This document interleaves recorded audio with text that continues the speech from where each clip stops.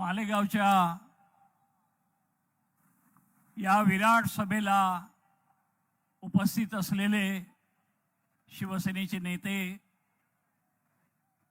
संजय राऊत, शिवसेना नेते अरविंद सावंत, शिवसेना नेते अनंतराव गीते, शिवसेना नेते चंद्रकांत खैरे, या सभेचे मुख्य आयोजक अद्वै हिरे, व्यासपीठावरील सर्व मान्यवर आणि उपस्थित तमाम बंधूंनो, भगिनींनो आणि मातांनो, ही एक ऐतिहासिक सभा आहे आणि इतिहास घडताना आपण बघतो आहोत. हा इतिहास काय आहे की दगड धोंडे हे जात आहेत, रत्न आणि हिरे आपल्याकडे येत आहेत आणि या रत्नांचे, हिऱ्यांचे स्वागत करायला तुम्ही सर्वजण इथे आलेले आहात. खरं तर गद्दारी जरी शिवसेनेच्या 40 आमदारांनी केली असली तरी ह्याचे करते करविते दुसरं तिसरं कोणी नसून भाजप आहे हे आता सर्वांना माहीत झालेलं आहे. आणि त्यांना फार मोठा विजय मिळवल्याचं खोटं समाधान वाटत असलं तरी सुद्धा भाजपच्याच पायाखालची जमीन हळूहळू सरकायला लागली आणि आता ती वेगाने सरकू लागलेली आहे. ते जे काही करतात त्यामुळे वर जाण्याऐवजी खाली जायला लागलेत. त्यांनी उद्धवजींचं सरकार पाडलं, जे जनतेला सरकार आवडत होतं, पण सरकार पाडल्यामुळे भाजपचं कौतुक नाही झालं तर उद्धवजींना सर्व सहानुभूती मिळाली. लोकांच्या डोळ्यामध्ये अश्रू आले. उद्धवजींच्या पक्षाचं नाव घेतलं, उद्धवजींचीच लोकप्रियता वाढली. उद्धवजींचं धनुष्यबाण चोरलं, उद्धवजी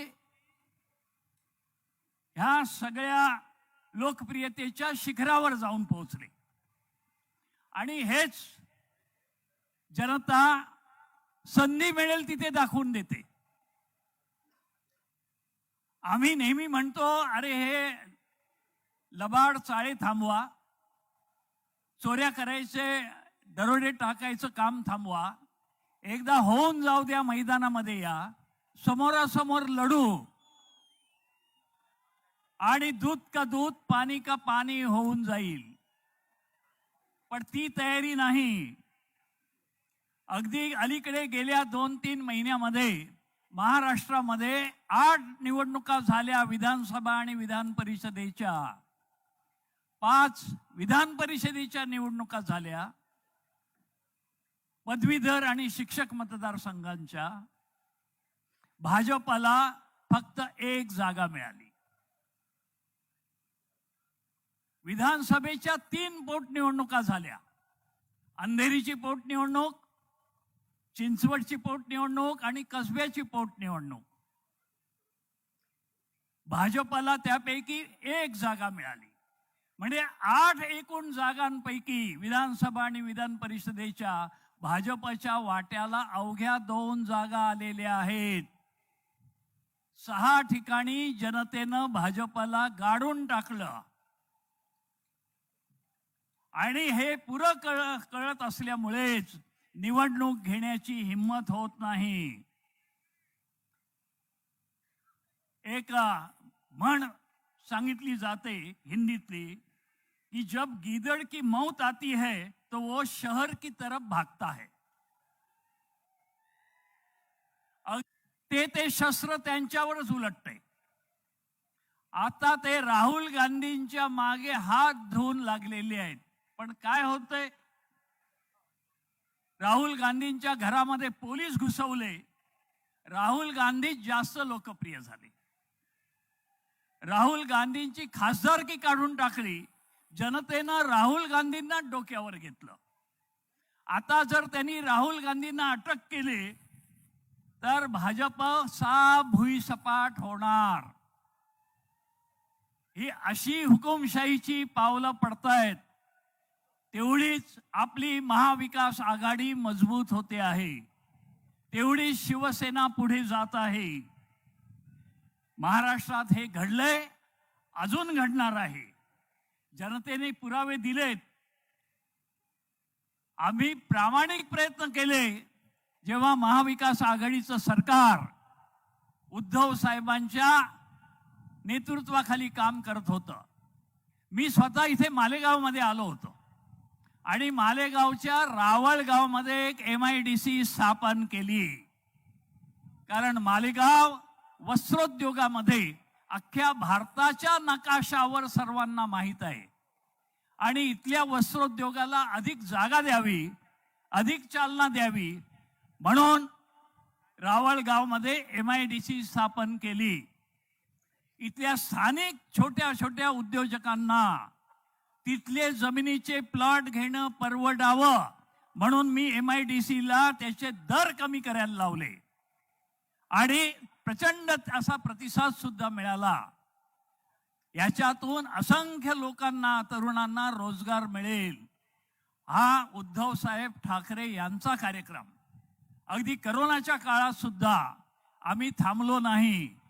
अनेक गुंतवणुकीचे प्रस्ताव महाराष्ट्रात आणले आणि महाराष्ट्राचा विकास व्हावा. 4 लाख कोटी रुपयांचे गुंतवणुकीचे नवे प्रस्ताव उद्धव बाळासाहेब ठाकरे हे मुख्यमंत्री असताना घडवण्यात आले. पण ह्यांनी काय केलं, आल्याबरोबर ही ताटाखालची मांजरं जेव्हा खुर्चीत बसली, यांनी महाराष्ट्रात गुंतवणूक आणि उद्योग आणण्याऐवजी असलेले उद्योग बाहेर पाठवायला सुरुवात केली. खाली मान घालून बसले दिल्लीचे लोक जेव्हा हे उद्योग पळवत होते. वेदांताचा उद्योग गुजरातला गेला, फॉक्सकॉनचा उद्योग एक गुजरातला गेला, दुसरा आता कर्नाटकमध्ये जातोय. वस्त्रोद्योग आयुक्तांचं कार्यालय जे मुंबईत होतं ते आता दिल्लीमध्ये सुरू करतायत. याच बरोबरीनं मुंबईला किती लुटलं ते महाराष्ट्रालाच लुटलेलं आहे. मुंबईचा हिरे व्यापार सुरतला गेला. आपली महाराष्ट्राची कामगार शिक्षण संस्था जी नागपूरमध्ये होती ती बंद केली आणि दिल्लीला नेली. एक सागरी पोलीस अकादमी स्थापन करायचं ठरलं आणि महाराष्ट्राच्या किनारपट्टीवर पालघरमध्ये सागरी पोलीस अकादमी स्थापन करायचा निर्णय झाला होता. परंतु भाजप सरकारने ही सागरी अकादमी गुजरातमध्ये नेली. मुंबईचं ट्रेडमार्क ऑफिस हे सुद्धा मुंबईतल्या वडाळ्यामधून दिल्लीला नेलंय. एक आंतरराष्ट्रीय मोठं वित्तीय केंद्र, आर्थिक केंद्र हे वांद्र्याच्या BKC मध्ये स्थापन होणार होतं, ते सुद्धा गुजरातच्या गांधीनगरमध्ये नेलं.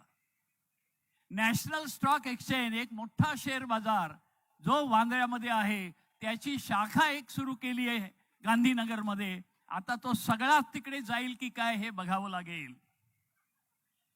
मुंबईशी थेट अहमदाबादला जोडून टाकण्यासाठी बुलेट ट्रेन सुरू करतायत. यांना मुंबई महापालिका जिंकायची आहे, ते मुंबई केंद्रशासित करण्यासाठी आणि महाराष्ट्राला पूर लुटण्यासाठी. आणि म्हणून मराठी माणसानं, तो कुठलाही असेल, मुंबईचा असेल, विदर्भाचा असेल, मराठवाड्याचा असेल की उत्तर महाराष्ट्राचा, त्यांनी जागरूक होऊन हे कारस्थान हाणून पाडलं पाहिजे. आज आपल्याला सर्वत्र ह्या हुकुमशाहीची चिन्ह दिसतायत. हा रणगाडा चालवून सगळ्यांची बोलती बंद करायचा प्रयत्न करतायत. परंतु स्वाभिमानी हिंदुस्थानी माणूस, स्वाभिमानी कार्यकर्ता हा कधीही आपलं तोंड बंद ठेवणार नाही. ह्याचं ज्वलंत उदाहरण खासदार संजय राऊत यांच्या समोर आपल्याकडे आहे. आम्ही कधी वाकणार नाही, झुकणार नाही, थकणार नाही, तर तुम्हाला मुंहतोड जबाब दिल्याखेरीज राहणार नाही. ही विराट सभा हाच इशारा देते. समझने वाले को इशारा काफी है. पण ज्यांनी सोंग घेतले, ढोंग करतायत, त्यांना मात्र ते जागे होण्याची आपल्याला वाट करायची नाही, तर पूर्ण भुईसपाट करून गाडून टाकावं लागेल. ते सज्ज होण्यासाठी आज उद्धव बाळासाहेब ठाकरे यांच्या या सभेला आपण सर्व आलेले आहोत. तुम्हाला लाख लाख धन्यवाद देऊन मी माझे 4 शब्द पूर्ण करतो. जय हिंद, जय महाराष्ट्र. आणि यानंतर मी आमंत्रित करतोय या मालेगावचे खऱ्या अर्थाने उद्याचे भाग्यविधाते जे ठरणार आहेत, शिवसेनेचे उपनेते आदरणीय अद्वै हिरे.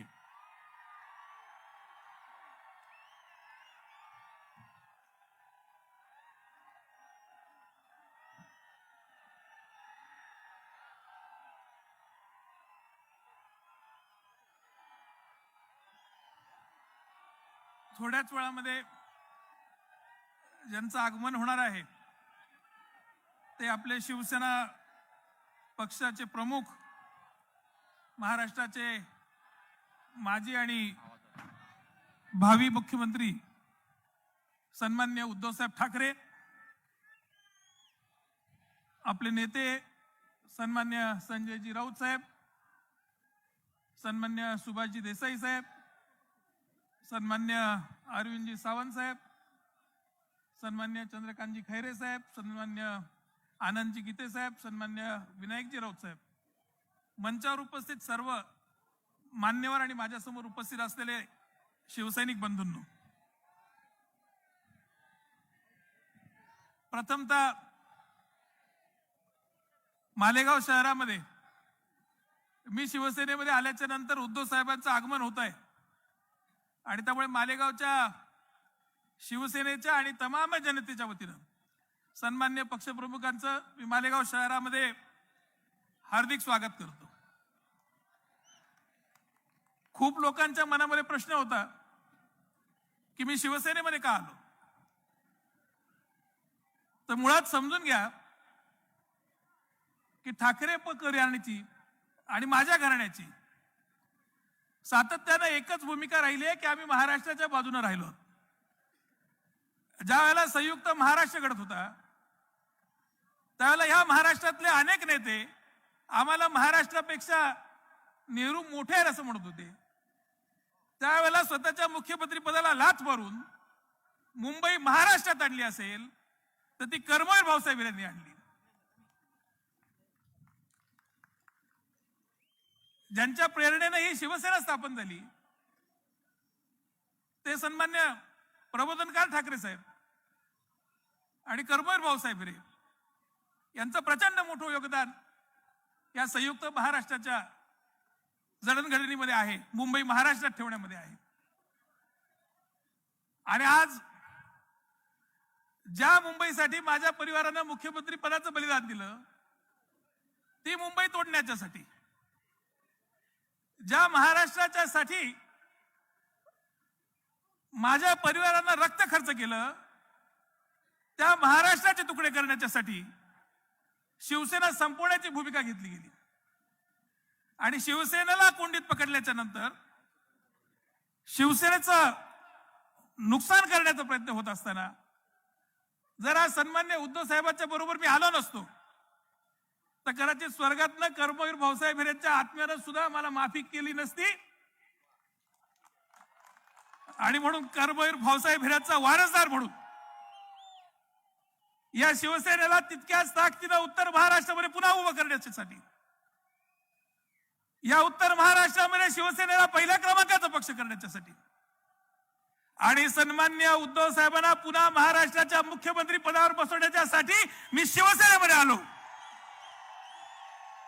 आणि तुमच्या सगळ्यांच्या बळावर, तुमच्या सगळ्यांच्या ताकदीवर सन्मान्य उद्धव साहेबांना मुख्यमंत्री आपल्याला करायचं आहे. निवडणूक लढण्यासाठी, सत्तेमध्ये सहभागी होण्यासाठी, सत्तेचा मस्ती उपभोगण्यासाठी मी शिवसेनेबरोबर आलेलो नाही. पण सन्मान्य उद्धव साहेबांना मुख्यमंत्री करण्यासाठी, या ठिकाणी शिवसेना उभी करण्यासाठी, या ठिकाणी शिवसेनेचं संघटन उभं करण्यासाठी मी आलेलो आहे. ज्या लोकांना अचानकपणाने सत्ता मिळतात, सन्मान्य बाळासाहेब ठाकरे साहेबांनी, सन्मान्य उद्धव साहेब ठाकरे साहेबांनी अनेक दगडांना सिंदूर लावला आणि ज्या ज्या दगडांना सिंदूर लावला ते देव झाले. आणि अचानक मिळालं, लायकीपेक्षा जास्त मिळालं.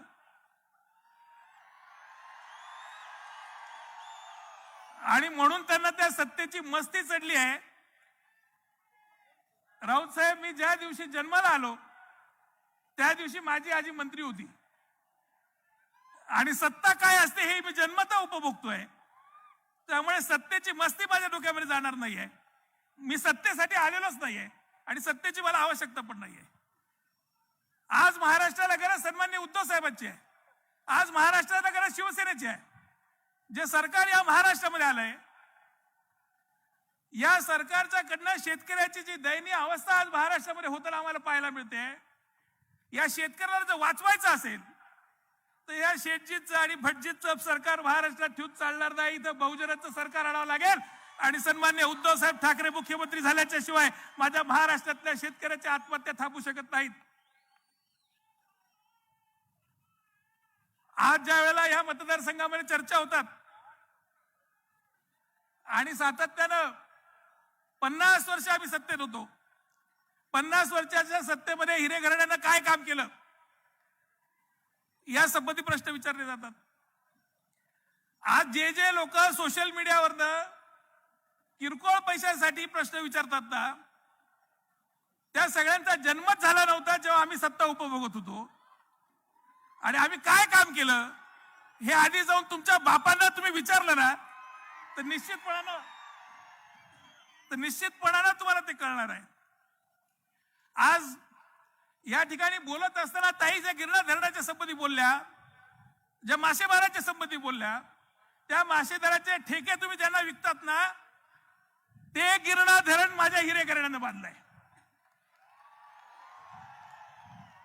आज ज्या धरणाच्या कालव्यांवरती पाईपलाईन टाकून त्याची मलाई खाण्याचं तुम्ही काम करतात ना, ते बोरी आंबेदरीचं धरण असेल, ते दहीकुट्याचं धरण असेल, ते लुल्ल्याचं धरण असेल, ते झाडीचं धरण असेल, ह्या तालुक्यात जेवढी धरणं झाली तेवढी हिरे घराण्यानं बांधली. या 20 वर्षात तुम्ही कुठलं धरण बांधलं याचं उत्तर जनतेला द्या. सहकार क्षेत्रामध्ये काम करत असताना सर्वसामान्य शेतकऱ्याला न्याय देण्यासाठी कर्मवीर भाऊसाहेब यांनी या महाराष्ट्रामध्ये सहकाराची चळवळ जेव्हा उभी केली, तेव्हा जो गिरणा सहकारी साखर कारखाना तुम्ही विकून खाल्लात ना, तो गिरणा सहकारी साखर कारखाना हिरे घराण्यानं उभा केलाय. निफाड तालुक्यामधला निफाड साखर कारखाना तुम्ही जाऊन पहा. भाऊसाहेब नगर, भाऊसाहेब हिरे नगर नाव आहे. निफाड तालुक्यामध्ये सुद्धा भाऊसाहेबांच्या प्रेरणेनं साखर कारखाना उभा राहिला. नाशिक जिल्हा मध्यवर्ती सहकारी बँक, जी बँक अनेक वर्ष या सर्वसामान्य शेतकऱ्याची जीवनदायिनी म्हणून राहिली, ती बँक उभी करण्याचं काम हिरे घराण्यानं केलंय. ज्या कृषी उत्पन्न बाजार समितीमध्ये तुमचे लोक शेतकऱ्याची लूट करतात ना, ती कृषी उत्पन्न बाजार समिती हिरे घराण्यानं बांधली आहे. आज शेतकरी महिला बँक असेल, आमची व्यंकटेश बँक असेल, मालेगावची मर्चंट बँक असेल, जिल्हा संघ असेल, तालुक्याचा संघ असेल, मार्केट कमिटी असेल, अनेक ज्या ठिकाणी नाशिकला या तालुक्यातला सर्वसामान्य शेतकरी अल्पदरामध्ये राहतो, ते सहकार भवन सुद्धा बांधण्याचं काम हे हिरे घराण्यानं केलंय. आज ज्या सगंध शहराचं कॉन्क्रिटीकरणाचा विषय चाललेला आहे, हे कॉन्क्रिटीकरण तुम्ही ज्या ज्या रस्त्यावर तुमच्या स्वतःच्या आरएमसी प्लांट मधलं कॉन्क्रीट ओततात ना, तो प्रत्येक रस्ता बांधण्याचं काम हिरे घराण्याने केलेलं आहे. आज मालेगाव शहराच्या बाहेर जाणारा बायपास तुम्ही जो पाहतात ना, हा हायवे बांधण्याचं काम हिरे घराण्याने केलेलं आहे. असंख्य काम आहे. आज मालेगाव महानगरपालिका तुम्हाला दिसते. आज जिल्ह्यासाठी जी जी कार्यालय लागतात, मग ते कलेक्टरचं, अतिरिक्त कलेक्टरचं ऑफिस असेल, इथं ऍडिशनल एसपीचं पद निर्माण करायचं असेल, मालेगाव प्रादेशिक परिवहन कार्यालय आणायचं असेल, मालेगावमध्ये रुग्णालय आणायचं असेल, असंख्य कामं आहेत. कामं सांगत बसतो तर आजचा दिवस पुरणार नाही. इतक्या प्रचंड मोठ्या प्रमाणामध्ये काम हे हिरे घराण्याने या मतदारसंघामध्ये केलं आहे. आणि आम्ही जे काम केलं त्याची तुम्ही काय अवस्था केली आहे, त्या प्रत्येक गोष्टीचं उत्तर मला आज तुमच्याकडनं हवंय. खऱ्या अर्थानं उद्धव साहेब या ठिकाणी येत आहेत. मालेगावच्या जनतेला उद्धव साहेबांचे आभार मानायला हवेत, कारण इतकं प्रचंड काम हे सन्मान्य उद्धव साहेबांच्या माध्यमातून या मालेगाव शहरामध्ये उभं राहिले. आज साहेब 100 कोटीचे कॉन्क्रीटचे रस्ते होत आहेत. कुठलाही अकराळ विक्राळ मंत्री स्वतःचे बॅनर छापत असेल, पण हे श्रेय फक्त सन्मान्य उद्धव साहेबांचं आहे. उद्धव साहेबांनी हे 100 कोटीचे रस्ते दिले आहेत. आज 50 कोटीच्या भूमिगत गटारी होत आहेत. याचं श्रेय कोणी घेत असेल, पण त्या भूमिगत गटारी सन्मान्य उद्धव साहेबांच्या माध्यमातून होत आहेत. आज डॉक्टर बाबासाहेब आंबेडकरांच्या स्मारकाला विरोध कोणाचा आहे हे सगळ्यांना ठाऊक आहे. त्या डॉक्टर बाबासाहेब आंबेडकरांच्या स्मारकाला 2 कोटी रुपये निधी दिले असतील तर ते सन्मान्य उद्धव साहेबांनी दिले आहेत. सुभाष देसाई साहेबांनी एमआयडीसीच्या बाबतीत सांगितलं, ती एमआयडीसी सन्मान्य उद्धव साहेबांनी दिली. पण तुम्ही आमचा एक गोष्टच माहित नाही साहेब, एमआयडीसी मध्ये उद्योग येणार नाहीत. त्याचं एकच कारण आहे की कोणी उद्योग टाकायला आला की आम्हाला त्यात भागीदारी मागावी लागते, आणि कोणी पार्टनरशिप देत नाही म्हणून इथे कोणी उद्योग टाकत नाही. ही स्थिती या ठिकाणी झालेली आहे.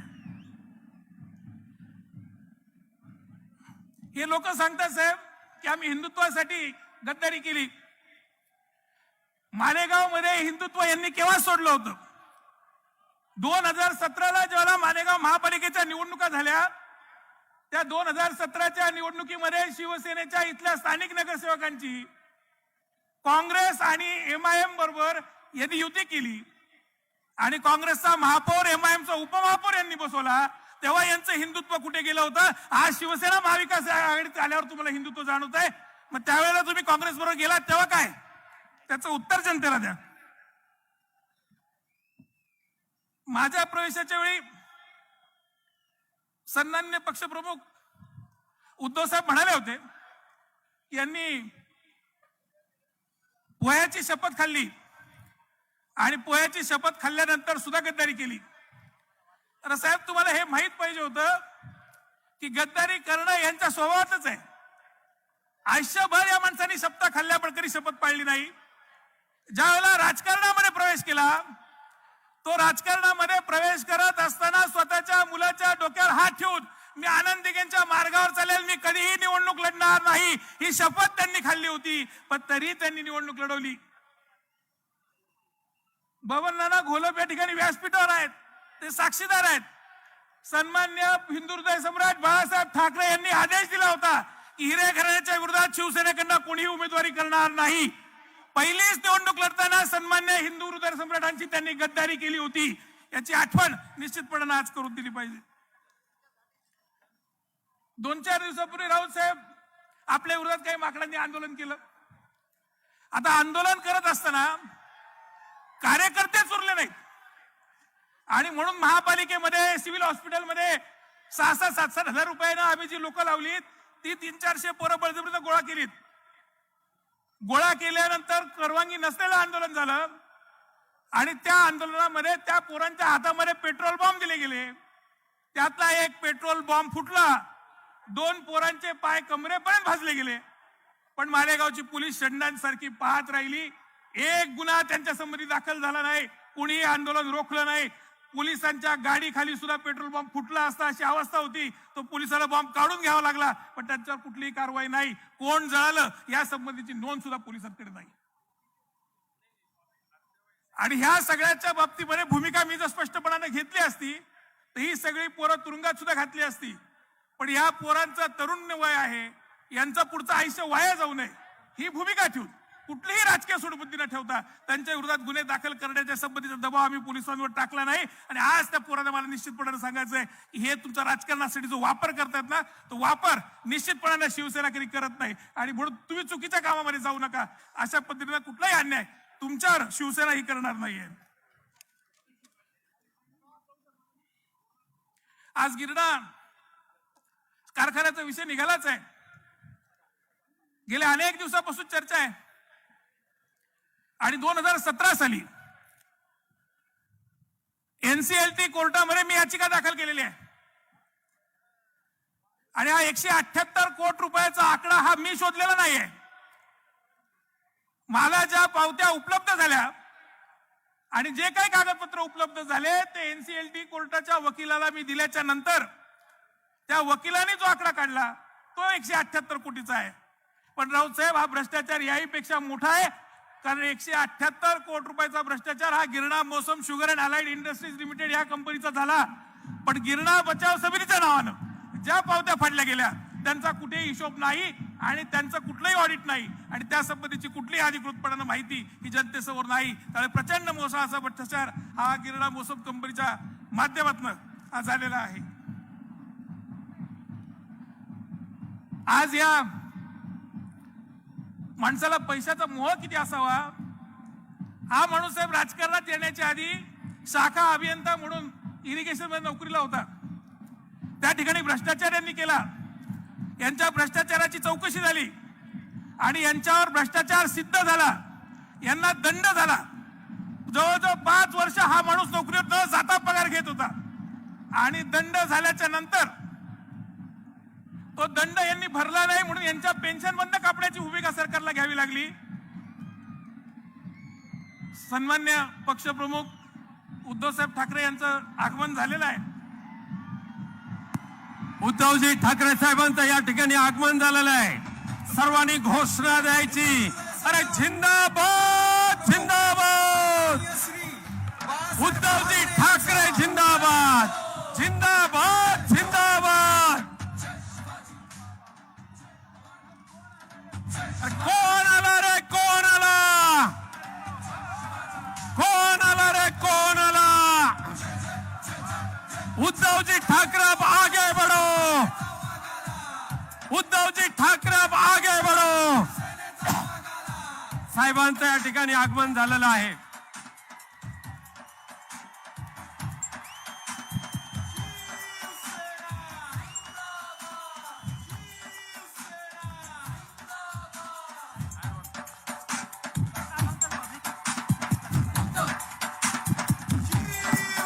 अद्वैत हिरे यांच्या संकल्पनेतून चारी बाजूला फायरवर्क्स चालू आहे.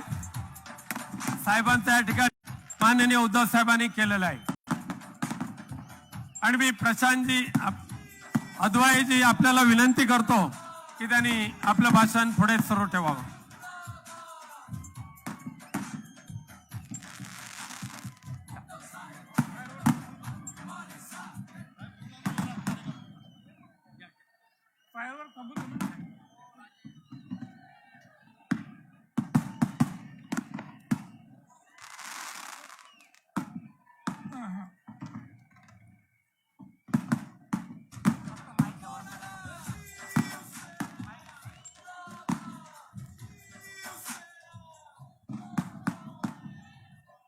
माझे वडील या मतदारसंघाचे आमदार असताना नारपार प्रकल्पाच्यासाठी प्रचंड प्रयत्न त्यांनी केला.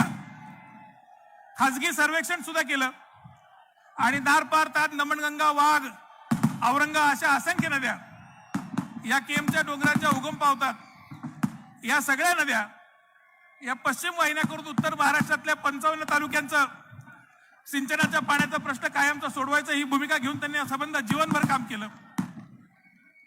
हे महाशय ज्या वेळेला निवडणूक लढत होते त्यावेळेला हे सांगायचे नारपार खोटी योजना आहे, नारपार आरपार आहे, नारपार मध्ये पाणीच नाहीये.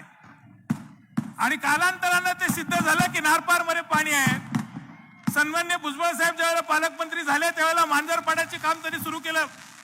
सन्मान्य अजितदारांनी वांजोळ पाणीचा शब्द दिला आणि सगळीकडे हे काम होत असताना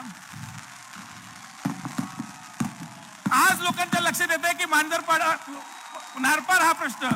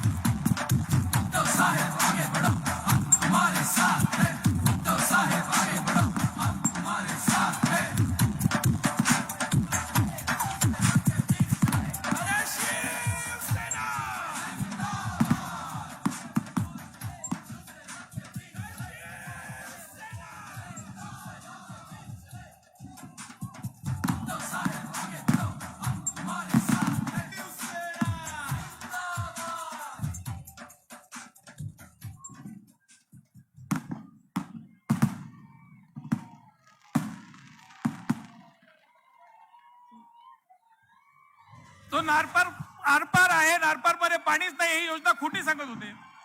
आज ती योजना सिद्ध झाल्याच्या नंतर 20 वर्ष सन्मान्य बाळासाहेबांनी आणि सन्मान्य उद्धव साहेबांनी त्यांना सत्ता दिली, राज्य मंत्रिपद मिळालं, कॅबिनेट मंत्रिपद मिळालं, पण नारपारचं एक थेंब सुद्धा पाणी आणण्याचा प्रयत्न या माणसांनी कधी केला नाही. ते नारपार तुम्ही का केलं नाही याचा जाब मालेगावची जनता विचारते आणि याचं उत्तर त्यांनी दिलं पाहिजे. आज मालेगाव जिल्हा निर्मितीसाठी जे जे करणं शक्य होतं ती सगळी कार्यालय आपण स्थापन केली हे मी तुम्हाला मगाशीच सांगितलं.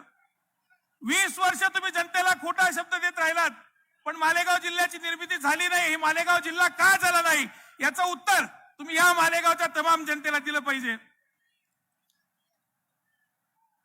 अनेक ठिकाणचा जो सगळा भ्रष्टाचार चाललेला आहे, आज टक्केवारीचं साम्राज्य या ठिकाणी आहे आणि कुठल्याही गोष्टीमध्ये जिथं पैसे मिळत नाहीत त्याच्यामध्ये तुम्हाला इंटरेस्ट नाही असं चित्र जे उभं राहिलेलं आहे. आज मालेगाव तालुका टक्केवारी मुक्त कधी होणार आहे? माझ्या तालुक्यातल्या सर्वसामान्य युवकाला ठेकेदार म्हणून काम करण्याचा अधिकार कधी मिळणार आहे? माझ्या सर्वसामान्य व्यापाऱ्याची वर्गण्यांमधनं चालत असलेली लूट ही कधी थांबणार आहे? याचं स्पष्टपणानं त्यांनी उत्तर द्यावं हे या ठिकाणी मला त्यांना जाहीरपणानं विचारायचं आहे. आज सन्मान्य उद्धव साहेब, ही तमाम जनता जी आहे ही फक्त तुमच्या प्रेमापोटी जमलेली आहे. कुठलाही एक नवा रुपया कोणाला दिला असेल तरी जाहीरपणानं सांगून द्यावा. यांना जेवण दिलेलं नाही, यांना पैसा दिलेला नाही, यांना गाड्या दिलेल्या नाही, हे स्वयंस्फूर्तीनं स्वतःच्या ताकदीनं ही माणसं तुमच्यासाठी घरच्या भाकऱ्या बांधून आलेले आहे. आणि या मालेगावच्या शिवसेनेचा एकच संकल्प आहे की जोपर्यंत उद्धव साहेब तुम्हाला पुन्हा मुख्यमंत्रीपदाच्या खुर्चीवर आम्ही बसवणार नाही तोपर्यंत मालेगावचा एकही शिवसैनिक थांबणार नाही. आम्ही लढत राहू, लढत राहू आणि लढत राहू. एवढंच सांगून आपली सगळ्यांची रजा घेतो. जय हिंद, जय महाराष्ट्र. धन्यवाद अद्वैजी, तुमच्या तोंडात साखर पडो. आणि यानंतर मी ज्यांना संबोधित करायला बोलवणार आहे त्यांचं काही नाव घ्यायची आवश्यकता असं मला वाटत नाही.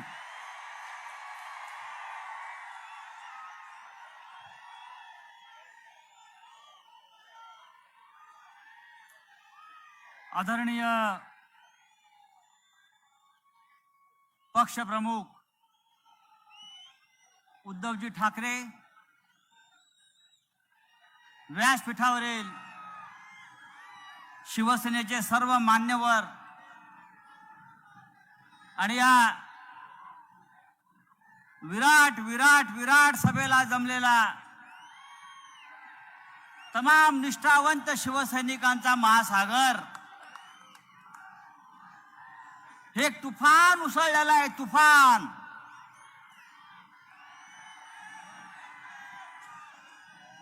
आणि आता या तुफानाला कोणी रोखू शकत नाही.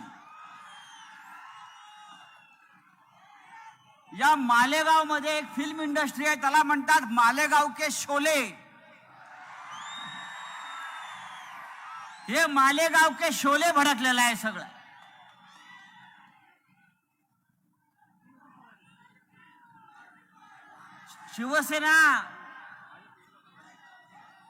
शिवसेना काय आहे हे पाहायचं असेल तर त्या निवडणूक आयोगानं आता इकडे येऊन पाहावं. निवडणूक आयोगाच्या बापाला विचारून शिवसेना स्थापन केली नाही बाळासाहेब ठाकरेंनी. बाळासाहेब ठाकरे नावाचा एक अद्भुत माणूस या पृथ्वीवर जन्माला आला आणि त्याने या महाराष्ट्रावर, या देशावर शिवसेना नावाचा एक महाकाव्य निर्माण केलं. ती ही शिवसेना आहे. हे समोर जे आहेत बसलेले आहेत सगळे, हे प्रामाणिक आणि निष्ठावंत शिवसैनिक आहेत. आणि ही शिवसेना पुन्हा एकदा या महाराष्ट्राच्या विधानसभेवर भगवा फडकवेल आणि उद्धव साहेबांना मुख्यमंत्री करेल. आहे हिंमत या शिवसेनेशी लढण्याची कोणाची? सांगा. मी नेहमी सांगतो, आज माननीय उद्धवजींचं आगमन झालंय. उद्धवजी मालेगावच्या त्या अगदी मोसम पुलावरून, न काय तो कोणता मोसम पुलावरून वाजत गाजत शिवगर्जना करत इथपर्यंत पोहोचलेले आहेत. आणि सकाळपासून टीव्हीला बातम्या सुरू आहेत. आज शिवसेनेची तोफ धडाडणार, शिवसेनेची तोफ धडाडणार. माननीय उद्धवजी, या मालेगावचा ढेकून चिरडायला तोफेची गरज नाही. मग मालेगावात आपण सभा का घेतोय? मालेगावात सभा घेतोय या महाराष्ट्राला, या देशाला संदेश देण्यासाठी की शिवसेना तुटलेली नाही, शिवसेना वाकलेली नाही, शिवसेना झुकलेली नाही. सगळ्या जाती धर्माचे लोक या मालेगाव नाही तर महाराष्ट्रामध्ये या शिवसेनेच्या पाठीशी ठामपणे तुमच्या पाठीशी उभे आहेत. आपल्यासारखा प्रामाणिक नेता आम्हाला मिळाला आणि तुमच्या प्रामाणिकपणावरती विश्वास ठेवून हा महाराष्ट्र तुमच्या समोर असा उसळून उभा राहिलेला आहे. चिते की चाल, बाज की नजर, बाजीराव की तलवार और उद्धव ठाकरे की प्रामाणिकता पर संदेह नहीं किया जाता, कभी नहीं.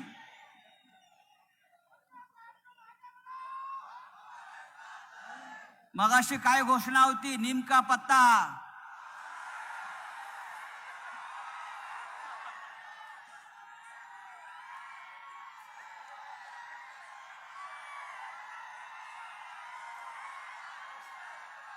हा निमका पत्ता किती कडवा आहे ते आपल्याला दाखवायचा. या उत्तर महाराष्ट्रामध्ये, या महाराष्ट्रामध्ये शेतकऱ्यांचे प्रश्न आहेत, कष्टकऱ्यांचे प्रश्न आहेत, बेरोजगारांचे प्रश्न आहेत. कांद्याला भाव नाही, कांद्याला भाव नाही. कांदा रस्त्यावर फेकला जातोय, पण आपल्याला त्या सुहास कांद्याला रस्त्यावर फेकायचा आहे बाजूच्या, आणि कांद्याला भाव द्यायचा आहे. आपल्याला तिकडे त्या गुलाबराव पाटलाला रस्त्यावर फेकायचा आहे. ज्याने ज्याने गद्दारी केली माननीय उद्धव साहेबांशी, माननीय शिवसेना प्रमुखांशी, त्या प्रत्येकाला त्याच खोक्याखाली चिरडायचं आहे.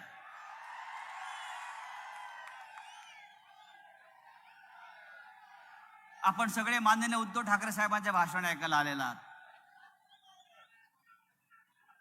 उद्धव ठाकरे यांच्या मालेगावच्या आगमनानं, इथे येण्यानं एक जबरदस्त असं चैतन्य या भागात निर्माण झालेलं आहे. अद्वय आबा हिरे, आपण अत्यंत कठीण काळामध्ये शिवसेनेचा हात पकडलेला आहे आणि पुन्हा एकदा ही शिवसेना या मालेगावात नव्हे तर उत्तर महाराष्ट्रात आणि महाराष्ट्रात उभं करण्याचं आव्हान आपण स्वीकारलेलं आहे. आम्हाला अभिमान आहे, ज्या कर्मवीर भाऊसाहेब हिरे यांनी प्रबोधनकार ठाकरे यांच्या खांद्याला खांदा लावून या संयुक्त महाराष्ट्रासाठी, मराठी माणसाच्या स्वाभिमानासाठी एक फार मोठा लढा दिला आणि त्याग केला. त्या भाऊसाहेबांचे वारसदार आज प्रबोधनकारांच्या वारसदाराच्या बाजूला मांडीला मांडी लावून बसलेले आहेत. आणि नक्कीच या महाराष्ट्रामध्ये एक नवीन वारं निर्माण झालेलं आहे. आज मी या निमित्ताने इतकंच सांगतो, शिवसेना कुठेही तुटलेली नाही, हललेली नाही, झुकलेली नाही. इलेक्शन कमिशनने आमचं चिन्ह काढून घेतलं असेल, इलेक्शन कमिशनने भले आमचं नाव काढून घेतलं असेल, पण बाळासाहेब ठाकरे यांनी ही निर्माण केलेली शिवसेना आजही ठामपणे या जमिनीवर उभी आहे. त्याच्या हातात भगवा झेंडा आहे. आपण सगळे उद्धव साहेबांचं भाषण ऐकूया. मी जास्त वेळ घेणार नाही, पण या महाराष्ट्रामध्ये पुन्हा एकदा आपलंच राज्य येईल. या महाराष्ट्रामध्ये पुन्हा एकदा माननीय उद्धव ठाकरेच मुख्यमंत्री होतील आणि या महाराष्ट्राच्या शेतकऱ्याला, कष्टकऱ्याला पुन्हा एकदा सुखाचे दिवस येतील यासाठी आपण सगळ्यांनी कामाला लागूया. जय हिंद, जय महाराष्ट्र.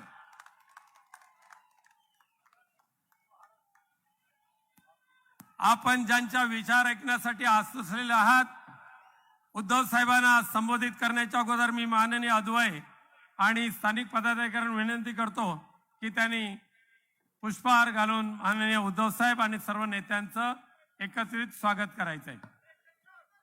चला चला.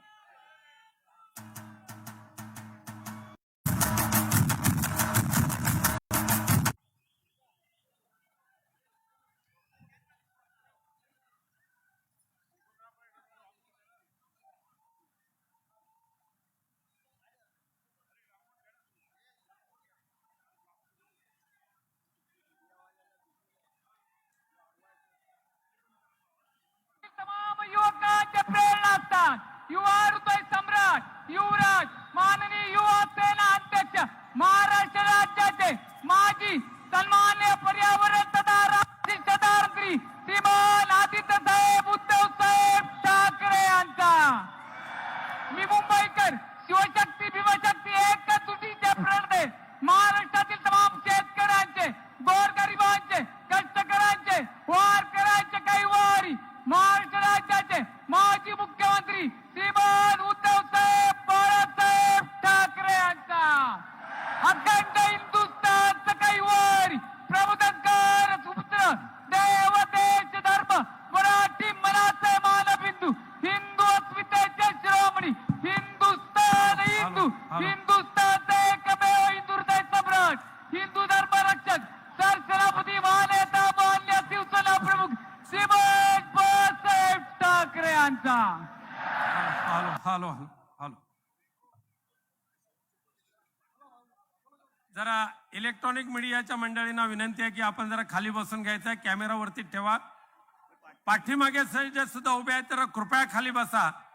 यानंतर आपल्या सर्वांचं लाडकं नेतृत्व उद्धवजी ठाकरे.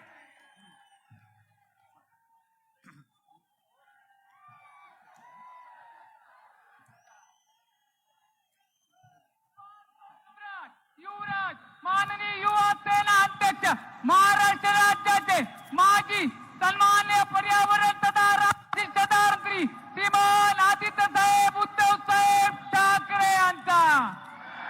मी मुंबईकर शिवशक्ती भीमशक्ती एकच तुटीचे प्रणते महाराष्ट्रातील तमाम शेतकऱ्यांचे, गोरगरिबांचे, कष्टकऱ्यांचे, वारकऱ्यांचे काही वारी महाराष्ट्र राज्याचे माजी मुख्यमंत्री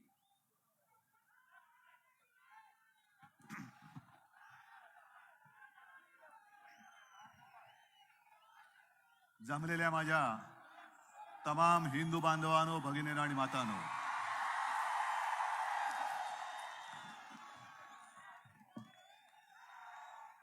मलाच कळत नाही आजच्या या सभेचं वर्णन काय करायचं. एक 15 दिवसांपूर्वी खेडला सभा होती, अतिविराट, अभूतपूर्व असं ते दर्शन होतं. आजची सभा आणखीन अथांग पसरलेली आहे, अथांग.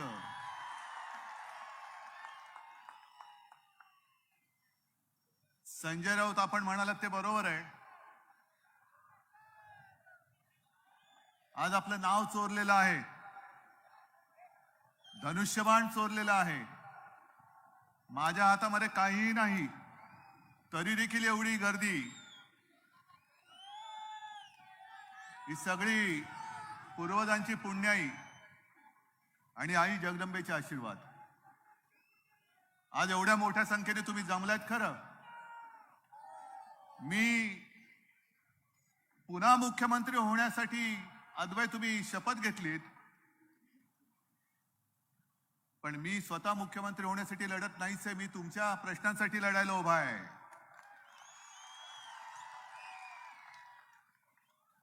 आणि एकच ब्रीदवाक्य, आता जिंकेपर्यंत लढायचं. मग सुरुवातीलाच तुम्हाला विचारतो, जिंकेपर्यंत सोबत राहणार आहात का?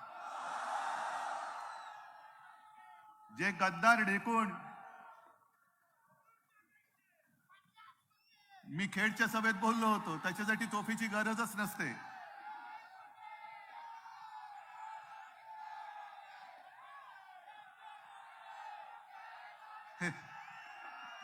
बऱ्याचदा पंचायत होते, एवढे सगळे तुम्ही जागृत असल्यानंतर बोलायचं काय.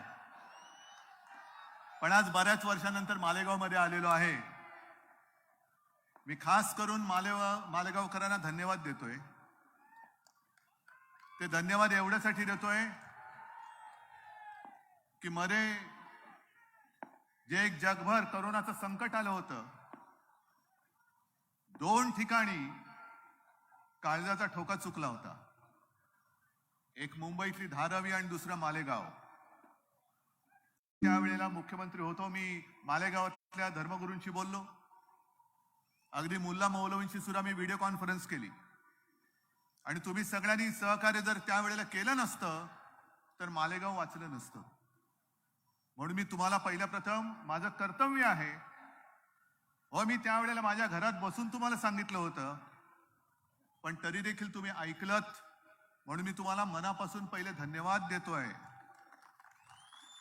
तुम्ही मला एक तुमच्या कुटुंबातला आपला मानलात. मुख्यमंत्रीपद येतं आणि जातं, पण हे आपल्या कुटुंबातील एक माणूस, हे जे काही प्रेम तुम्ही मला दिलत आणि देता आहात, हे मला नाही वाटत गद्दारांच्या नशिबात असेल. आणि आजची सभा बघितल्यानंतर काय शिवसेनेचं काय कमी केलं तुम्ही. नाव चोरलत, धनुष्यबाण चोरलत, पण ही माझी माणसं, जीवाभावाची माणसं, ही प्रेम करणारी माणसं, ही नाही चोरू शकत तुम्ही. ही भाड्याने आणता येत नाही, प्रेम विकत घेता येत नाही. आणि खास करून मला अद्वैला धन्यवाद द्यायचे. अद्वै, साधारणतः जगराटी अशी असते की सत्तेकडे सगळेजण जात असतात लोहचुंबकाप्रमाणे, पण हा मर्द गडी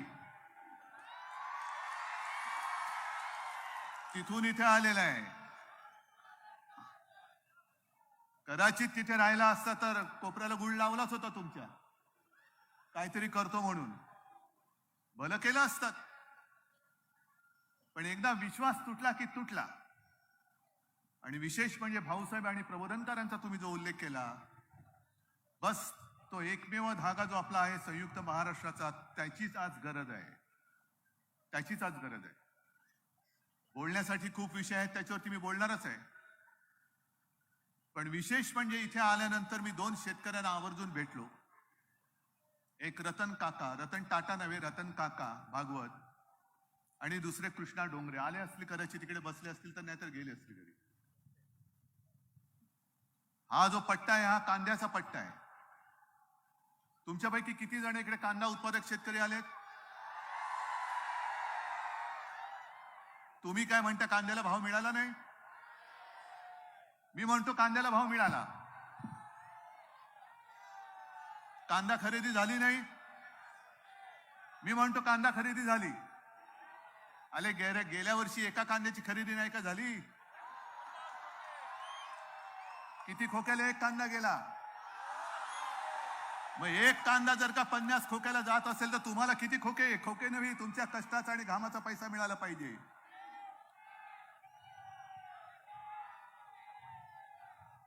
दोन शेतकरी जे मी भेटलो त्याच्यामधले रतन भागवत, काय तुमची व्यथा आहे, एक प्रतिकात्मक उदाहरण आहे.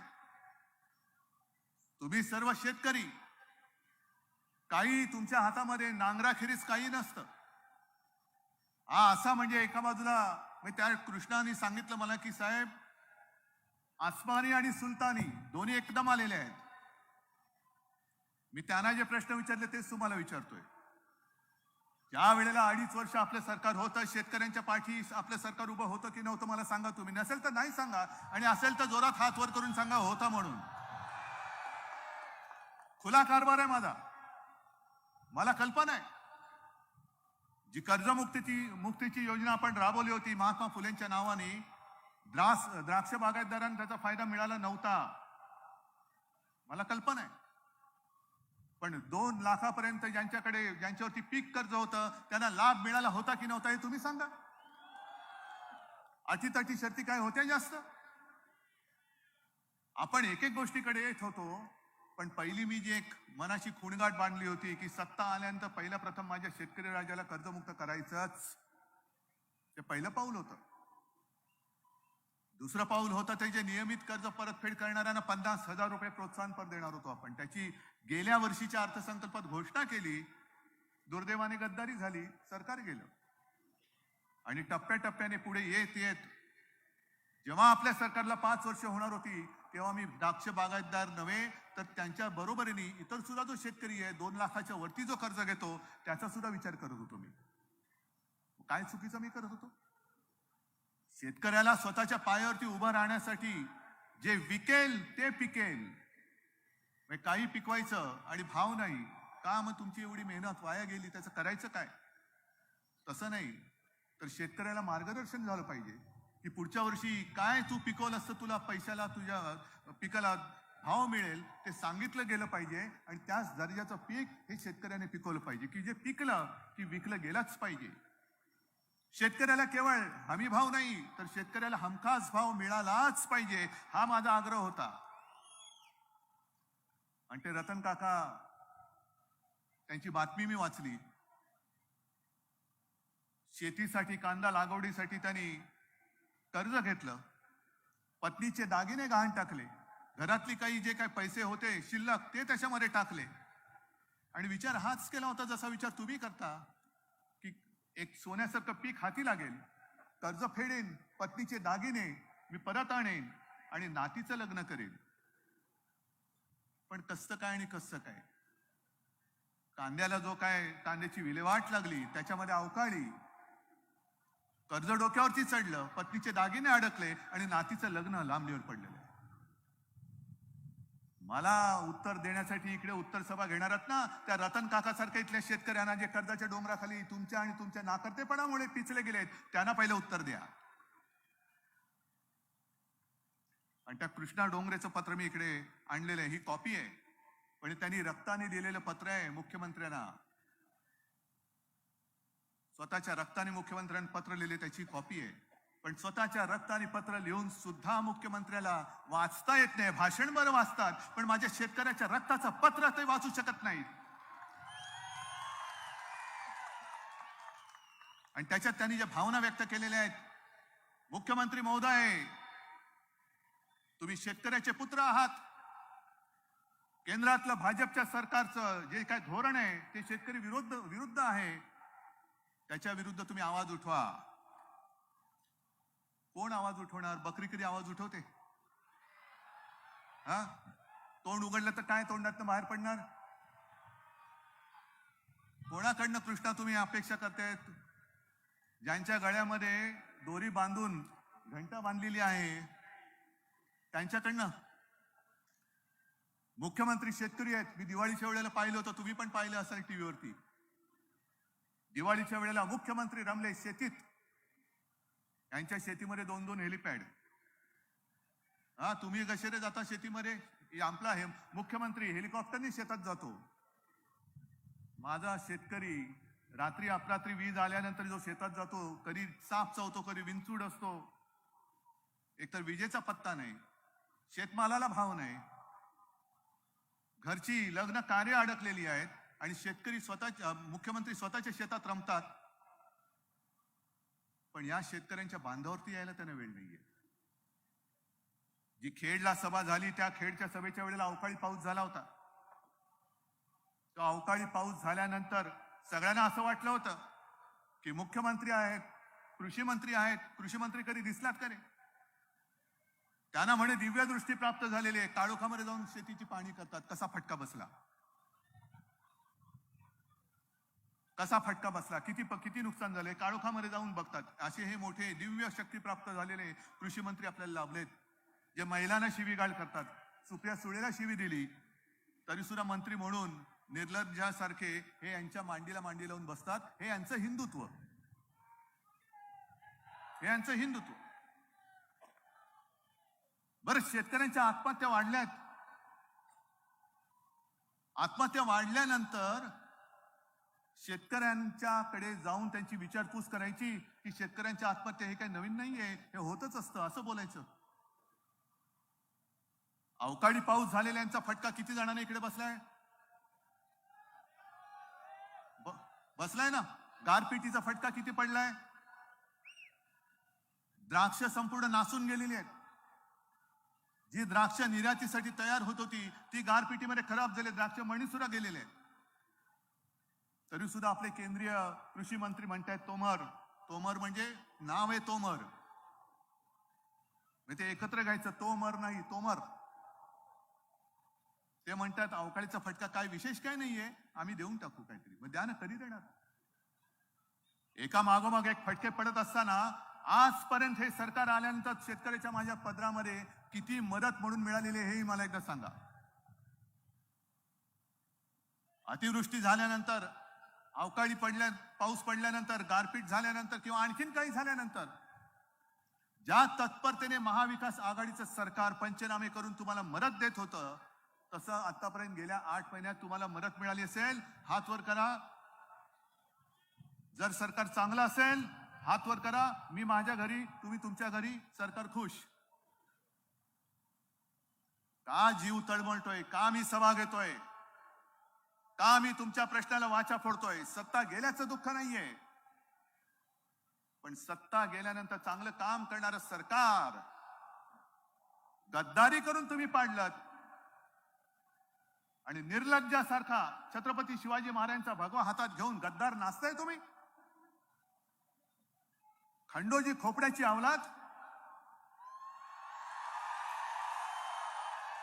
गद्दाराच्या हातामध्ये भगवा शोभत नाही.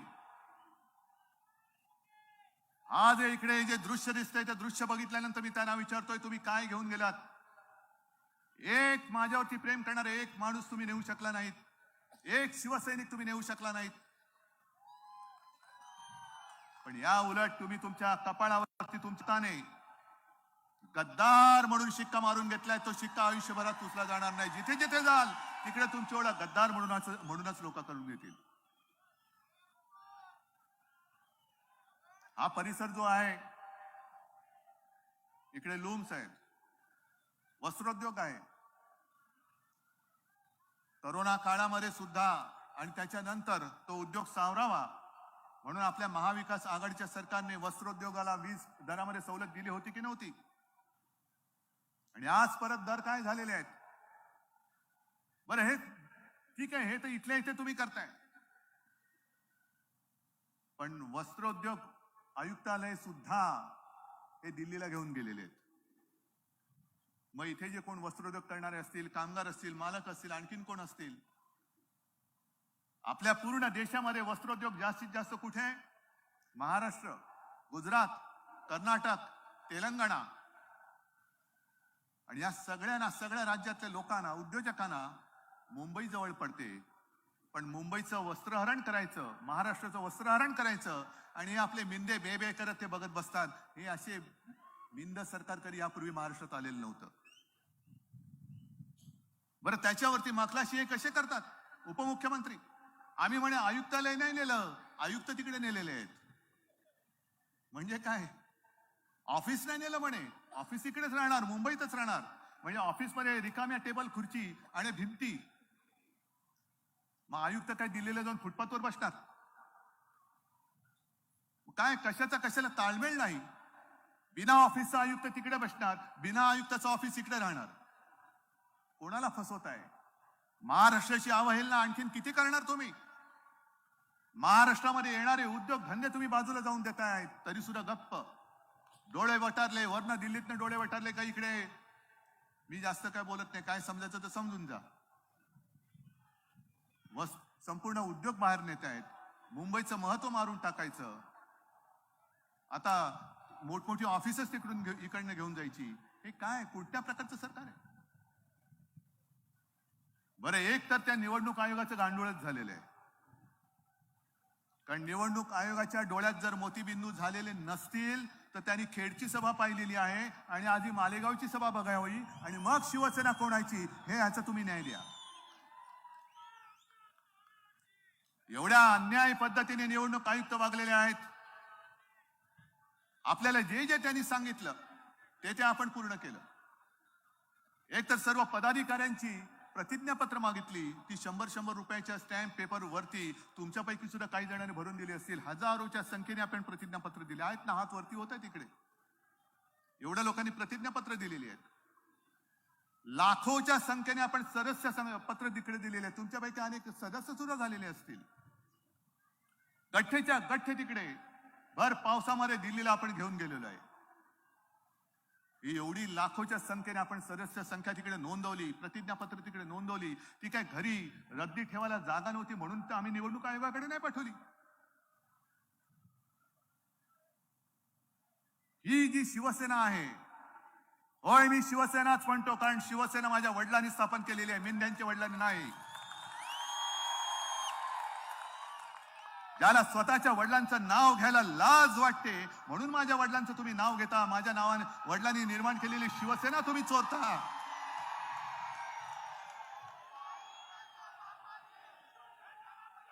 पण आज जे एकूण वातावरण देशामध्ये चाललेलं आहे, ते वातावरण बघितल्यानंतर ही लढाई केवळ माझी एकटीची नाहीये. ही लढाई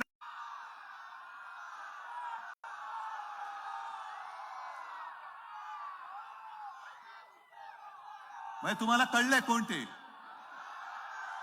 हे प्रदेशाध्यक्ष होते.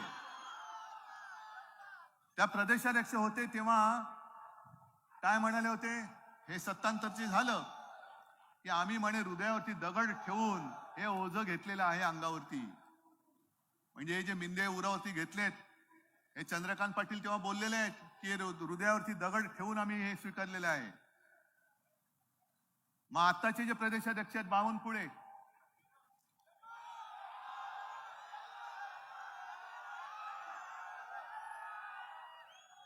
थांबा मला पटकन हसायला आलं, पुढचं भाषण नाही करता येणार. आताचे जे प्रदेशाध्यक्ष बावनकुळे आहेत, त्या बावनकुळ्याने सांगितलं आम्ही मिंदे गटाला फक्त 48च जागा देणार. अहो बावनकुळे साहेब, तुमच्या नावा एवढ्या 52 तरी जागा द्या, काहीतरी लायकी ठेवा.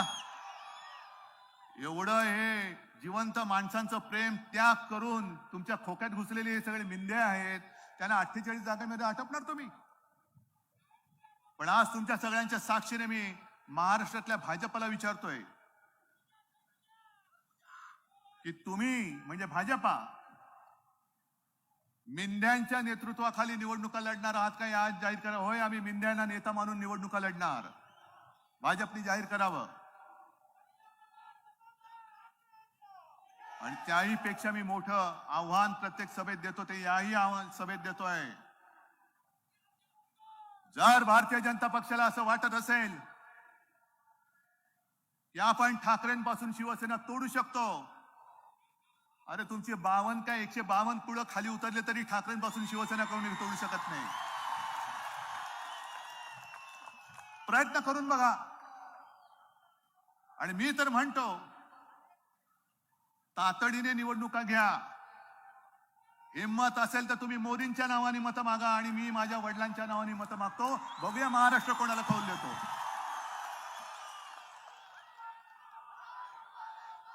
पण स्वतःकडे कर्तृत्व शून्य,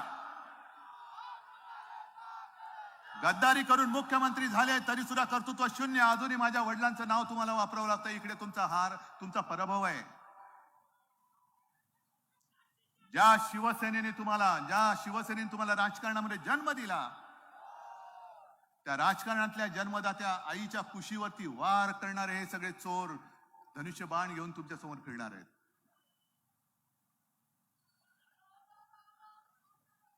ठीक आहे, लढाई मी समजू शकतो. भ्रष्टाचाराविरुद्ध लढाई कोण करणार? भारतीय जनता पक्ष. पण भारतीय जनता पक्षाने एक लक्षात ठेवावं, कन्याकुमारी पासून काश्मीर पर्यंत जर यादी काढली तर हातभरपेक्षा जास्त मोठी होईल. संपूर्णपणे तुम्ही विरोधी पक्षातल्या लोकांवरती, नेत्यांवरती भ्रष्टाचाराचे आरोप करून त्यांना पक्षात घेतलेला आहे. आणि काल परवाकडे त्यांचाच एक आमदार विधान परिषदेत बोललेला आहे की आमच्याकडे निरमा पावडर आहे. जरा थांबा रे. आमच्याकडे निरमा पावडर आहे आणि या निरमा पावडरीने जे आमच्याकडे येतात भ्रष्ट लोक, त्यांना धुतलं की ते स्वच्छ होतात. काय मोठ्या मनाची माणसं आहेत बघा. भ्रष्टाचार शिल्लकच ठेवायचा नाही, भ्रष्टाचारी शिल्लकच ठेवायचं नाही. दिसला भ्रष्टाचारी घेतला पक्षात, दिसला भ्रष्टाचारी घेतला पक्षामध्ये. पण सगळी भ्रष्ट माणसं तुमच्या पक्षात घेतल्यानंतर एक काम मात्र नक्की करा. पहिलं तुमच्या पक्षाचं नाव बदला. जे भारतीय जनता पक्ष आहे, भारतीय जनता भ्रष्ट नाही. तुमच्या या सत्तेच्या हपापलेपणासाठी भ्रष्ट माणसं तुम्ही तुमच्या पक्षात घेत आहात.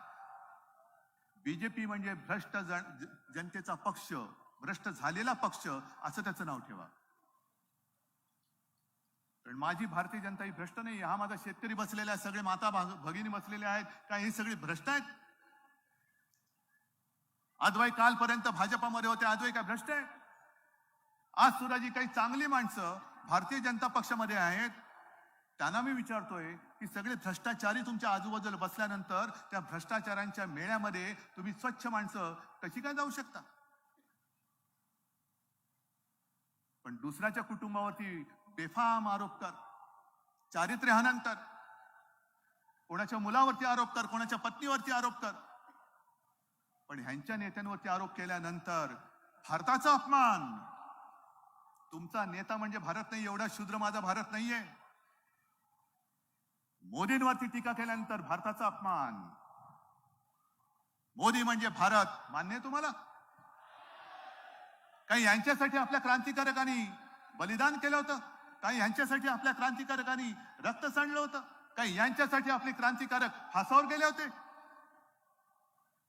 माझा देश मोठा आहे,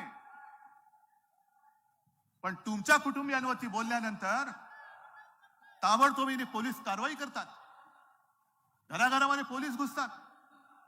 माणूस परराज्यात गेला असला तरी तिकडनं पकडून आणता.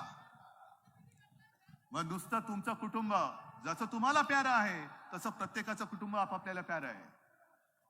जर आमच्या कुटुंबियांच्या बदनामीचा प्रकार तुम्ही थांबवला नाही तर तुमच्या सुद्धा कुटुंबियांची सगळी लागी बांधी आम्हाला चव्हाट्यावरती काढावी लागतील. पण अद्याप आम्ही काढत नाही, कारण आमचं हिंदुत्व, आमच्यावरती संस्कार आहेत. आम्ही नाही तुमच्या घरामध्ये कोणावरती महिला असतील, मुलं असतील, पण जर कोणी कुटुंब व्यवस्थाच मानत नसेल तर मग प्रश्नच संपला. पण दुसऱ्याच्या कुटुंबावरती आरोप करायचे, घरी धाडी टाकायच्या. काय हिंदुत्व? हिंदुत्व म्हणजे आहे तरी काय? काय हिंदुत्व? शिवसेनेचं हिंदुत्व, शिवसेना काँग्रेस सोबत गेली म्हणून हिंदुत्व सोडलं वाटतं तुम्हाला? मुळामध्ये तुम्ही, मी जसं तुम्हाला प्रश्न विचारतो तसा तुम्हाला प्रश्न विचारतो, एक तरी अशी घटना दाखवा की मी मुख्यमंत्री असल्यानंतर मी हिंदुत्वापासून लांब झाल्याची एक तरी घटना मला दाखवा. आहे? मग काय हिंदुत्व मी सोडलं? पण आम्ही हिंदुत्व म्हणजे आमच्या मर्यादा सांभाळतो, हे आमचं हिंदुत्व आहे. राष्ट्रीयत्व हे आमचं हिंदुत्व आहे. शेंडी जानवाचं हिंदुत्व आम्हाला मान्य नाही. जे माझे वडील सांगायचे तेच मी सांगतोय, तेच मी सांगतोय. जे माझे आजोबा बोलायचे तेच मी बोलतोय, जे माझे वडील बोलायचे तेच मी बोलतोय.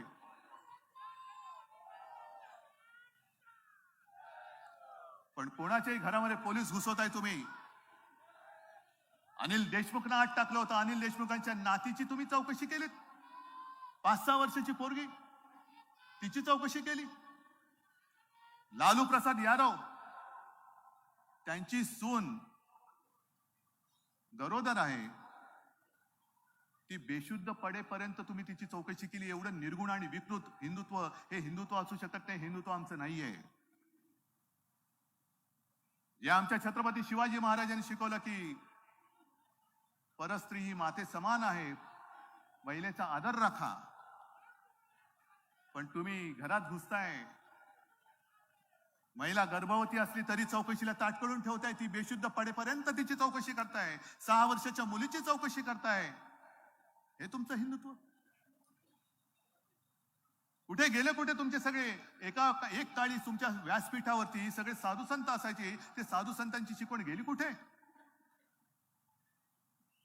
आता सगळे संधी साधू आहेत आणि उघड उघड बोलतायत. आता आम्हाला शांत झोप लागते. हर्षवर्धन पाटील ना ते बोलले होते. ज्यांच्यावरती अगदी आपल्या शिवसैनिकांवरती सुद्धा भ्रष्टाचाराचे आरोप करून तुम्ही तुमच्या पक्षात घेतले, त्यांच्या भ्रष्टाचाराच्या चौकशीचं पुढे काय केलं? आणि बरं झालं तुम्ही सांगितलं की आमच्याकडे निरमा वॉशिंग पावडर जी गुजरातमधून येते, म्हणून आम्ही आमचे सगळे बरबटलेली माणसं गुजरातच्या लॉन्ड्रीत पाठवली होती. हे गुजरातला आधी काय गेले त्याचं उत्तर आता मला मिळालं. लॉन्ड्रीमध्ये धुवायला गेले होते. काय धुतलं देव जाणे.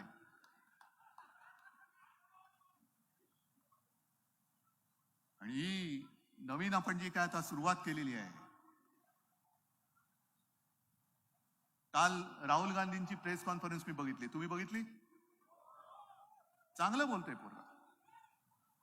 त्यांनी एक जो प्रश्न विचारला की ते 20,000 कोटी रुपये कोणाचे, त्याच्यावरती भाजपकडे उत्तर नाही. आणि मग मला असं वाटलं की तो कोण, तो हिंडनबर्ग मूर्ख हजारो कोटीचे घोटाळे काढतोय, पण आमच्या इथले म्हणजे त्या हजारो कोटीच्या घोटाळ्यांना भाजपा किंमत सुद्धा देत नाही. पंतप्रधान उत्तर पण देत नाही. एवढे फालतू घोटाळे हा माणूस काढतोय, पण आमच्याकडे साध्या साध्या लोकांच्या मागे ईडी, सीबीआय सगळं लावून केवढे मोठे मोठे घोटाळे काढतोय. फक्त राहुल गांधींना मला एक सांगायचंय, तुम्ही कन्याकुमारी पासून काश्मीर पर्यंत गेलात. संजय राऊत तिकडे गेले होते, सोबत दिली होती. आम्ही सुद्धा तुमच्या सोबत राहिलो. पण आज जाहीर राहुल गांधींना मी सांगतोय की ही लढाई जी आहे ती लोकशाहीची लढाई आहे. कृपा करून नव्हे तर राहुल गांधींना मी जाहीरपणाने सांगतोय की सावरकर आमचं दैवत आहे. त्यांचा अपमान आम्हाला पटणारा नाही, अजिबात पटणार नाही. लढायचं असेल तर दैवतांचा अपमान आम्ही सहन नाही करणार, अजिबात करणार नाही. कारण सावरकर काय होते हे नुसतं आपण वाचू शकतो, पण सावरकरांनी काय केलं होतं म्हणजे तेव्हाचा तो सगळा जर का काळ आपण आपल्या डोळ्यासमोर आणाल. चापेकर बंधूंना फाशी दिल्यानंतर 15 वर्षाचं पोर घरातल्या अष्टभुजा देवी समोर जाऊन शपथ घेतो की देशाच्या स्वातंत्र्यासाठी देशाच्या शत्रूला चाफेकरांसारखा मारत मारत मारत मरेन किंवा शिवछत्रपतींसारखा विजयी होऊन माझ्या मातृभूमीच्या मस्तकी स्वराज्याचा अभिषेक करेन. हे 15व्या वर्षी शपथ घेणारे सावरकर. त्या सावरकरांच्या वाड्यामध्ये लहान असताना मी शिवसेना प्रमुखांबरोबर गेलेलो आहे भगूरला. त्या काळातली ती त्यांची सगळी शस्त्र. सावरकरांचे वडील हे टिळक भक्त. आणि सावरकरांनी सुद्धा जे काही केलेलं आहे ते सर्वसामान्याचे येरागाबळ्याचं काम नाहीये. 14 वर्ष रोज मरण यातना, चापकाचे फटकारे खायचे, ठाण्याला जुंपायचे, टांगून ठेवायचे. वाटेल तसं त्यानं छळ, अनन्वित छळ केला. 14 वर्ष त्या माणसाने छळ सोसला. ते सुद्धा एका प्रकारे बलिदानच आहे. जसे आपले क्रांतिकारक फाशी गेले, जसे आपल्या क्रांतिकारकांनी गोळ्या खाऊन बलिदान दिलं, तसंच 14 वर्ष सुद्धा मरण यातना सोसणं हे येरागाबाळचं काम नाही. आणि म्हणून मी राहुल गांधींना सांगतोय की आपण एकत्र आलो आहोत जरूर, ते या देशाची लोकशाही वाचवण्यासाठी आलेलो आहोत, या देशाचं संविधान वाचवण्यासाठी आलेलो आहोत. त्याच्यामध्ये कुठे आता फाटे फुटू देऊ नका. मुद्दामून तुम्हाला डिवचलं जात आहे. पण आता जर का वेळ चुकली तर आपला देश हुकुमशाहीकडे गेल्याशिवाय राहणार नाही. हे माझं स्पष्ट मत आहे. तुम्हाला पटतं की नाही तुम्ही मला सांगा. ज्या पद्धतीने हे बेगुमानपणाने कारभार करतायत, तो कारभार बघितल्यानंतर 2024 सालची निवडणूक जर पुन्हा हे तिथे बसले म्हणजे तुम्ही बसवलेत, तर मग यानंतर निवडणुका आपल्या देशात होणार नाहीत. लोकशाही आपल्या देशातली संपली. आणि म्हणून मी म्हटलं ना की लढाई उद्धव ठाकरे मुख्यमंत्री होण्याची नाहीये. ही लढाई आपल्या देशाचं स्वातंत्र्य टिकवण्यासाठी आहे. आणि मग सावरकरांबद्दल बोलताना मी परत सांगेन की ज्या सावरकरांनी 14 वर्ष अनन्वित छळ सोसला आणि आपल्या देशाला स्वातंत्र्य मिळवून दिलं, ते सावरकर पण आज बघत असतील की मी मिळवून दिलेले स्वातंत्र्य, होय माझे भक्त, आम्ही सुद्धा सावरकर भक्त आहोत, हे कसे कसे जपतायत. आणि मग भाजपमध्ये सुद्धा जे सावरकर भक्त आहेत त्यांना सुद्धा मी सांगतोय की अरे तुम्ही अंधभक्त दुसऱ्या कोणाचे तरी होऊ नका, पण तुम्ही सावरकर भक्त आहात ना. का झालो आपण सावरकर भक्त? कारण सावरकरांनी हा सगळा त्याग केला आणि सगळं काही भोगलं सोसलं म्हणून आपण सावरकर भक्त झालो. तर आपल्या सावरकर भक्तांचं हे स्वातंत्र्य टिकवणं हे कर्तव्य आहे आणि ते कर्तव्य करण्यासाठी भले भाजपात असलात तरी ह्याच्यासाठी एकत्र आलं पाहिजे, तरी आलं पाहिजे एकत्र. आज मला अभिमान वाटतोय जसं आदवे आलेले आहेत, एक 15 दिवसापूर्वी खेडचे संजय कदम आलेले आहेत, आणखीन काही दिवसामध्ये आणखीन काही जण येत आहेत. पण हे जे काही सगळं चाललेलं आहे हे नुसतं सभा समारंभापुरतं मर्यादित राहता कामा नये. तुम्ही जर आता इथून उठणार असाल, होय उठायचं आहेच, तर पहिला जो मी प्रश्न विचारला होता त्याच प्रश्नाने मी शेवट करतोय, पण तो शेवट मला तुम्ही दोन्ही हात वरती करून केलं पाहिजे. ही लढाई आपल्या देशाची आहे, ही लढाई माझ्या शेतकऱ्याची आहे, ही लढाई आपल्या पुढच्या पिढीची आहे. ही लढाई जिंकेपर्यंत तुम्ही सोबत राहणार आहात की नाही एकदा मला हात वर करून सांगा. आणि मी चॅनलला सांगतोय की हे दृश्य तुम्ही टिपा, हे दृश्य तुम्ही टिपा, कारण तुमच्या सगळ्यांची मला आवश्यकता आहे. आपण श्रीकृष्णाने गोवर्धन उचलला होता कलंगलेवरती अशी एक आख्यायिका ऐकतो, पण त्यावेळेला त्याचे सगळे जे सवंगडी होते त्यांनी सुद्धा त्यांच्या काठ्या घेऊन आपापल्या परीने तो गोवर्धन उचलला होता. तसे एवढे जर का लाखो हात जर का उठले ना, तर आपल्या देशाचं स्वातंत्र्य या गद्दारांपासून कितीतरी वरती उचलल्याशिवाय आपण राहणार नाही. आणि म्हणून शेवटी एकच विनंती करेन की ज्यांचा आपल्या स्वातंत्र्य लढ्यामध्ये तीळ मात्र संबंध नव्हता, ते आज आपल्या देशाचं स्वातंत्र्य गिळायला निघालेले आहेत. गिळू देणार आहात तुम्ही? ते आज आपल्या स्वातंत्र्य पुन्हा एकदा आपल्याला गुलामगिरीत बदलायला निघालेले आहेत. आपण गुलाम होणार आहोत का? आणि नसाल तर आणखीन काही दिवसांनी चोर येतील, धनुष्यबाण घेऊन येतील. हे धनुष्यबाण जास्त काळ त्यांच्याकडे राहणार नाही. अरे रावण जिकडे शिवधनुष्य घेताना उताना पडला तिकडे मिंदे काय उभे राहतील. आणि म्हणून तुम्हाला एकच विनंती की हे प्रेम, हा विश्वास आणि ही जिद्द अशीच कायम ठेवा. तुमच्या ताकदीच्या जोरावरतीच मी लढायला उभा आहे. जय हिंद, जय महाराष्ट्र.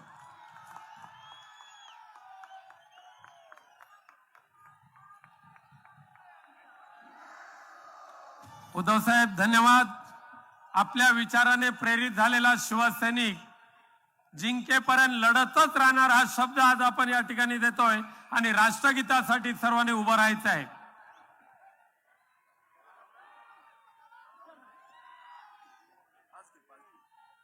जनगण मन अधिनायक जय हे भारत भाग्य विधाता. पंजाब सिंधु गुजरात मराठा द्राविड उत्कल वंग. विंध्य हिमाचल यमुना गंगा उच्चल जलधि तरंग. तव शुभ नामे जागे तव शुभ आशीष मागे. गाहे तव जय गाथा जनगण मंगलदायक जय हे भारत भाग्य विधाता. जय हे जय हे जय हे जय जय जय जय हे. भारत माता की, भारत माता की.